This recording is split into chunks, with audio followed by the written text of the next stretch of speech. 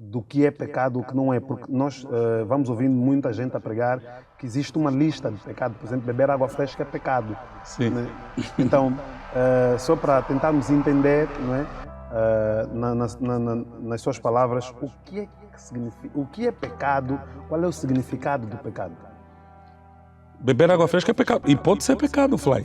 Pode ser pecado para quem tem uma orientação médica para não beber ou faz. Ela pode ser pecado para essa pessoa. O termo pecado, né, como nos chegou, ela vem do grego armatia. Armatia significa falhar o alvo. Quando alguma coisa está... Meu banco ficou aqui um pouquinho. Quando algo está em... Está? Então, eu tenho um alvo e eu preciso atingir o alvo. Quando eu falho o alvo, armátia. Armátia é falhar o alvo. Pecar é falhar o alvo. Logo, se está dito ao Fly, por causa desta enfermidade, tu não podes beber água fresca. Se beberes armátia, você pecou. A Bíblia define assim o pecado. Tudo que não edifica é pecado. Aquilo que é feito sem fé é pecado. Ok? É dali que vamos entrar para a discussão. Estamos aí diante de cristãos, não queria pegar partido, né? Vamos entrar, por exemplo, um grupo de cristãos a dizer, não, beber não é pecado, outros beber é pecado. Mas pecado é apenas embriagar. Essa discussão não vai acabar. E aí vão citar, Paulo disse para Timóteo, beba um pouco de vinho, mas você tem que terminar o versículo, por causa das tuas constantes enfermidades. Então Paulo não estava mandando beber vinho, Paulo estava dando uma receita. Porque se receita até, seja, bebe xixi, dizem que xixi cura 45 doenças, você vai beber, certo? E normalmente você não bebe, não se bebe. Mas se é uma receita, você vai fazê-lo, ok? Então o pecado não é a coisa em si, não é o acontecimento em si, é o propósito disso, ok? Quando Deus determinou o que se devia fazer e não, o que estava em causa ali é o propósito. É o propósito, simplesmente isso. Ao longo da história bíblica, vamos ver coisas que eram pecados e deixaram de ser. Comer porco, por exemplo, para muitos evangélicos, né?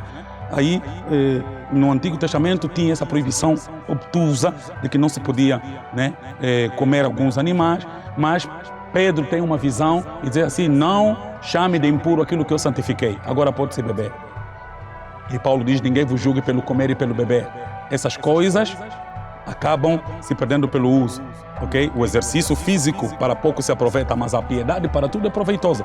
Então, nós começamos a ver uma progressão. Não é que Deus progrediu, é que os homens progrediram no entendimento e as coisas foram ficando claras. Eu vou dar só o exemplo do porco. Isso não é só uma questão de teologia, mas uma questão, inclusive, de biologia. O porco é um animal que não rumina, né? A comida como entra no porco fica ali, não tem o processo que os outros animais normais têm. É dali que o porco facilmente pode pegar doenças, né? O porco, quando tem uma peste, todos os porcos apanham e passam. Naquele tempo, não tendo, por exemplo, os recursos que se tem hoje para a criação, comer era Deus colocar seu povo sob o risco de, numa peste do porco, todo o povo morrer porque viviam em aldeia. Não tinham, né, as construções de cidade que temos hoje, o saneamento básico. Então Deus, conhecendo isso, estava a colocar limite àquele povo daquele tempo, com aquelas condições, sob aquelas circunstâncias. No outro tempo, os porcos na maioria são criados aonde? São criados em fazendas, com comida controlada, né? Então, o tempo também ou amadurece a compreensão dos homens. Então, há muita gente que pergunta, mas naquele tempo isso era pecado e agora não é. Não, há coisas que eram sombra das coisas futuras. A plenitude é Jesus Cristo. Agora que Cristo chegou e compreendemos na plenitude, o que seria pecado? Pecado era certamente fazer o que não edifica. Vamos falar, por exemplo, dormir com a mulher do outro. Edifica? Não edifica a mulher do outro, não edifica você, não edifica ele. Pecado. Armático. Falhou. Ok? Se embriagar, cair na rua e ficar ali nu. Edifica? Você não edifica. Podes passar mal, ainda alguém te atropela porque você se meteu no escuro. Então, aí precisamos olhar que o pecado está nisso, na não edificação, naquilo que não constrói, né? O homem espiritual, não constrói o homem social, não constrói o homem intelectual. Se nós vermos no Novo Testamento, tudo que é pecado é sempre alguma coisa que destrói o próprio homem. Porque vamos imaginar, Deus não é um tio mau que está aí a controlar, esse aqui agora mentiu, ele manda raio agora, esse aqui... Não. Deus sabe que a mentira vai te fazer mal a ti, é a ti que vai fazer mal.